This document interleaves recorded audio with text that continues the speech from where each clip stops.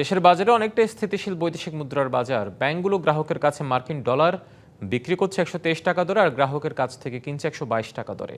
বুধবার British pound ব্যাংকে বিক্রি হচ্ছে 166 টাকা আর ব্যাংকে গ্রাহকের কাছ থেকে কিনছে 159 টাকা দরে।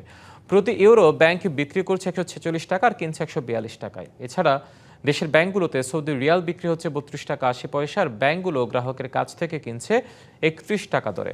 আজ ইউএই দিরহাম বিক্রি হচ্ছে 33 টাকা 30 পয়সা আর ব্যাংক কিনছে 32 টাকা দরে। মালয়েশিয়ান রিঙ্গিত বিক্রয় 31 টাকা 50 পয়সা আর ক্রয় দর 30 টাকা। সিঙ্গাপুরি ডলার বিক্রি 98 টাকা ও ক্রয় মূল্য 94 টাকা।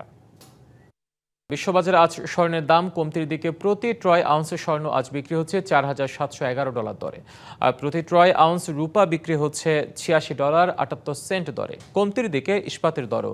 প্রতি টন ইস্পাত বিক্রি হচ্ছে $3,208 দরের এবং কমেছে ক্রুড অয়েলের দামও। আন্তর্জাতিক বাজারে প্রতি ব্যারেল ক্রুড অয়েল বিক্রি হচ্ছে $100.98 দরে। তবে বাড়তি কয়লার দাম। আন্তর্জাতিক বাজারে আরও খানিকটা বেড়েছে চালের দাম। প্রতি হ্যান্ডেটওয়েট চাল আজ বিক্রি হচ্ছে $12.04 দরে।